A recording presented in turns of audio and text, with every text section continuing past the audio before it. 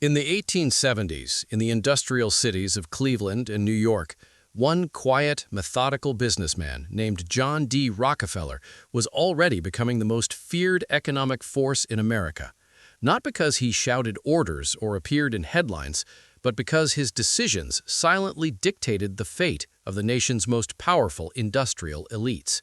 While railroad barons, steel kings, and banking magnates filled newspapers with their rivalries, Rockefeller operated in near silence. His power didn't look dramatic, it looked administrative, and that made it far more dangerous. Rockefeller did not begin life powerful. He was born in 1839 in Richford, New York, to a family that understood instability better than comfort. His father was a traveling salesman with a reputation for schemes and questionable deals, while his mother was deeply religious and disciplined. From her, Rockefeller absorbed restraint. From his father, calculation. By his teenage years, he was already keeping detailed financial ledgers, recording every cent he earned or spent. To him, numbers were not just records, they were control. In 1859, the same year oil was first commercially drilled in Pennsylvania, Rockefeller entered the commodities business as a produce broker. He did not discover oil, he did not drill wells. Instead, he studied the industry from the outside, watching how chaotic it was. Prices swung wildly, refiners competed viciously, transportation costs crushed profits.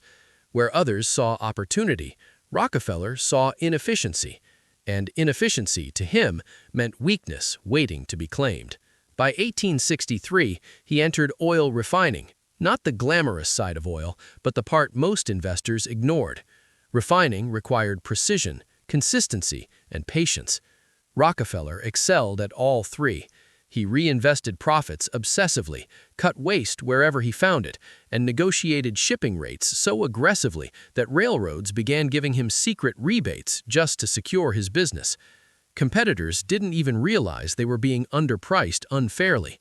Rockefeller never bragged about these deals. He simply let the math destroy his rivals.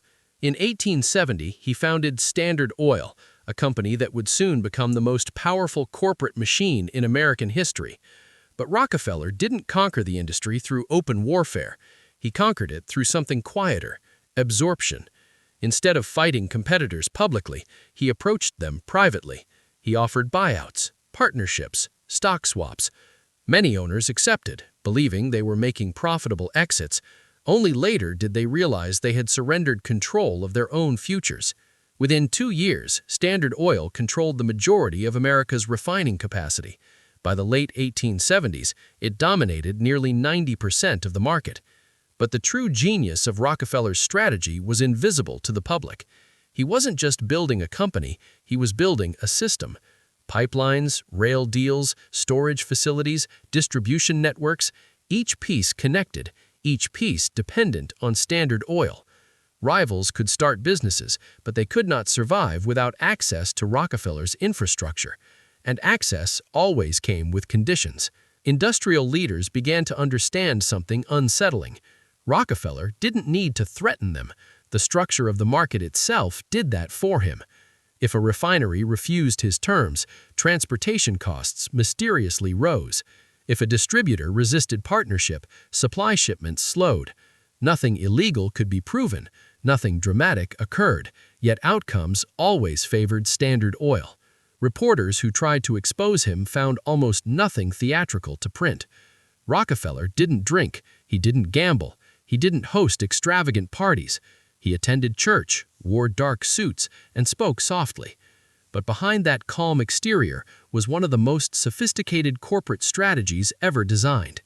He believed competition was wasteful, cooperation, meaning control, was efficient, and efficiency, in his philosophy, justified everything.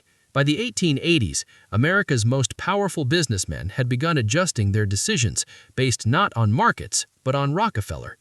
Railroad presidents asked what rates he preferred. Bankers considered how policies might affect his interests. Refiners calculated whether expansion would provoke him. Without holding public office, without commanding armies, Rockefeller had become something rarer than a ruler. He had become a reference point. The economy moved, and he measured it. Yet the most remarkable part of his rise was how little noise it made. There were no dramatic coups, no public declarations of dominance, no spectacles of conquest. His empire expanded through contracts, signatures, percentages, and patience. Each agreement looked ordinary. Together, they formed control. Observers later described him as polite, reserved, even gentle, but those who negotiated with him privately told a different story. They said his politeness was strategic, his calmness was deliberate, his silence was a weapon. He listened longer than anyone else in the room, memorized every detail, and spoke only when he already knew the outcome.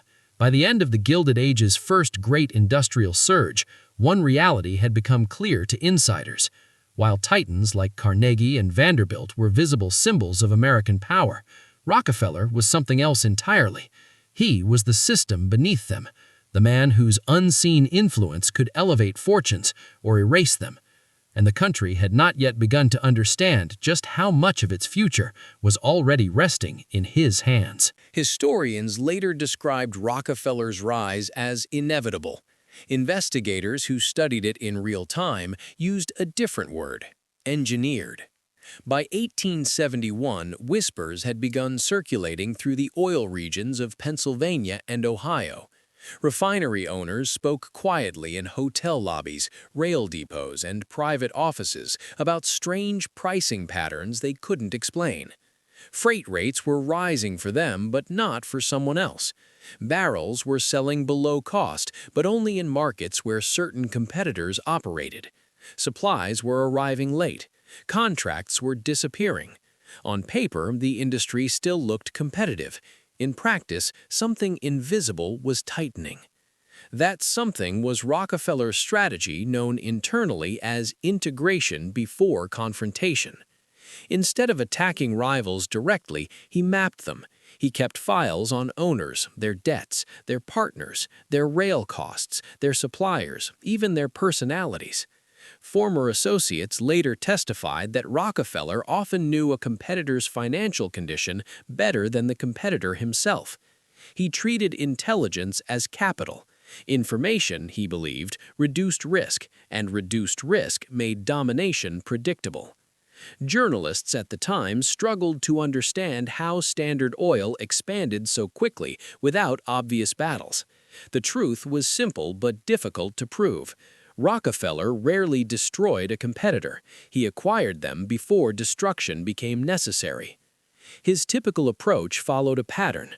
First, Standard Oil quietly lowered prices in a rival's territory. Losses didn't matter. Rockefeller had reserves. The smaller refinery did not. Second, railroad rebates ensured Standard Oil could transport oil cheaper than anyone else. Third, Rockefeller would request a meeting.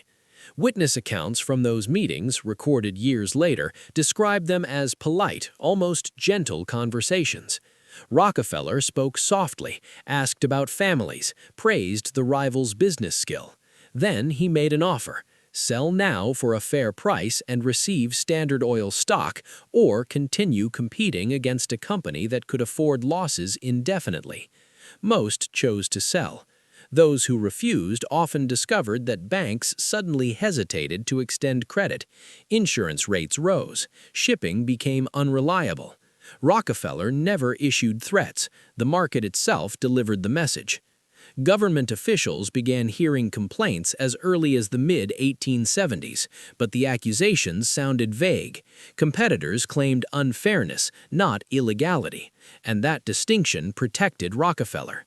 He operated inside contracts, not outside them. Everything he did could be explained as business efficiency.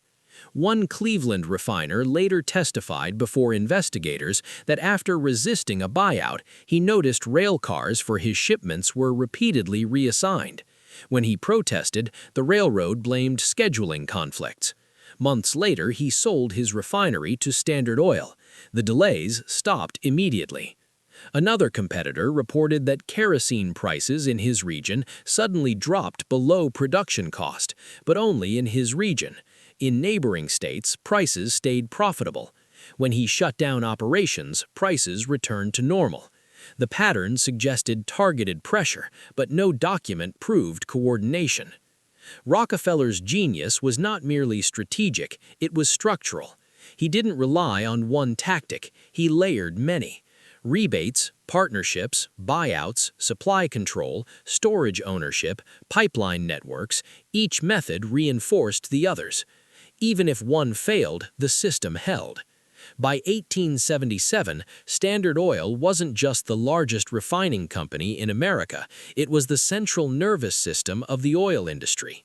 Independent refiners depended on its pipelines. Railroads depended on its shipping volume. Exporters depended on its kerosene supply. Banks depended on its deposits. The more it grew, the more stable it looked. The more stable it looked, the more partners trusted it. Trust fed scale. Scale fed power. Yet Rockefeller still avoided publicity. Unlike other tycoons, he refused interviews and rarely allowed photographs. When reporters tried to confront him, he often replied with a mild smile and a brief sentence, "We are merely an efficient enterprise." Inside Standard Oil headquarters, however, executives understood the real philosophy. Surviving internal memos show a recurring principle. Competition is temporary, control is permanent. Rockefeller believed markets naturally moved toward monopoly if someone organized them correctly. His job was to accelerate that process. By the late 1870s, independent oil producers began using a phrase that spread through the industry like folklore, the Standard Shadow. It meant that if Standard Oil noticed you, your future was already decided. You simply didn't know which outcome Rockefeller had selected yet. And still, outside business circles, most Americans had never heard his name. The first real threat to Rockefeller did not come from a rival industrialist. It came from attention. In 1889, journalist Ida Tarbell began researching the oil industry. Unlike many reporters, she had a personal connection. Her father had once operated an independent refinery that collapsed during Standard Oil's expansion. She had grown up listening to businessmen describe Rockefeller not as a competitor, but as a force of nature. When she began her investigation, she wasn't chasing scandal, she was chasing understanding. Tarbell spent years collecting court records, contracts, letters, and testimony. She interviewed former Standard Oil partners, railway officials, and ruined refiners. What she discovered was not a single illegal act, but a pattern. A system designed so carefully that responsibility dissolved into structure. No single contract looked criminal. Together, they revealed domination. When her exposé series began publishing in 1902, it shocked readers. For the first time, the public saw the architecture behind Rockefeller's empire: secret rebates, coordinated pricing, acquisition campaigns, and strategic alliances that eliminated competition before it could mature. The articles did not accuse him of violence or corruption. They accused him of something far more unsettling: perfection. Public reaction was immediate. Newspapers across the country reprinted her findings. Political leaders who had ignored complaints for decades suddenly faced pressure to act. Citizens began asking whether one private businessman should control a resource as essential as oil. Rockefeller's response was characteristic. He said almost nothing. Privately, however, Standard Oil executives mobilized. Lawyers reviewed contracts. Public relations advisors issued calm statements. Investors were reassured. The company did not panic because Rockefeller had already prepared for scrutiny years earlier. He believed that any system powerful enough would eventually attract investigation, so he designed Standard Oil to withstand one. Government regulators soon filed antitrust lawsuits, arguing that Standard Oil violated competition laws by restraining trade. The case would become one of the most consequential corporate trials in American history. Inside courtrooms, prosecutors tried to explain Rockefeller's methods to judges who struggled to grasp the scale of his network. Defense attorneys countered that Standard Oil's dominance resulted from efficiency, not coercion. They argued consumers benefited from lower prices and consistent quality. In many ways, both sides were correct. Witness after witness described interactions with Standard Oil that sounded polite, voluntary, and reasonable, until placed together. Individually, each deal looked fair. Collectively, they showed consolidation so thorough that competitors had no realistic path to survival. Rockefeller himself remained distant from the proceedings. By that time, he had stepped back from daily management, leaving trusted executives in charge. Critics said he was hiding. Supporters said he was simply retired. In reality, he was watching, measuring public reaction the same way he once measured oil prices. In 1911, after years of legal battles, the United States Supreme Court delivered its verdict. Standard Oil must be broken apart. The justices ruled that the company's structure violated antitrust law by monopolizing the petroleum industry. Newspapers declared it the end of Rockefeller's empire. They were wrong. The breakup divided Standard Oil into multiple independent companies, companies that Rockefeller still owned shares in. When the separate firms began trading individually, their combined market value exceeded that of the original corporation. Instead of losing his fortune, Rockefeller's wealth increased dramatically. It was one of the greatest financial reversals in history. A man declared too powerful by the government became richer because of the ruling meant to limit him. Observers realized something astonishing. Even when authorities dismantled his system, they could not dismantle the logic behind it. Rockefeller had not just built a monopoly, he had built a blueprint. By the early 20th century, America's most influential financiers and industrialists had begun copying Rockefeller's methods. Some admitted it openly, others denied it while quietly adopting his principles. Banking leaders studied his consolidation tactics, steel executives analyzed his cost-cutting systems, railroad presidents borrowed his contract structures, Wall Street firms examined how he used holding companies to coordinate vast operations without appearing to control them directly. Rockefeller rarely advised them publicly. He didn't need to. His success functioned as instruction. Private correspondence among business leaders from that era shows a recurring pattern. When discussing major financial decisions, they often asked not what is profitable, but what would Rockefeller do? He had become a benchmark of strategic thinking. To understand him was to understand modern capitalism. Yet his influence extended beyond business mechanics. He reshaped how elites perceived power itself. Before Rockefeller, industrial dominance often meant visible authority, grand offices, public statements, aggressive expansion. After Rockefeller, the most sophisticated leaders pursued the opposite, quiet control. They learned that influence worked best when unseen. If markets appeared free while outcomes remained predictable, resistance stayed low. He also redefined risk.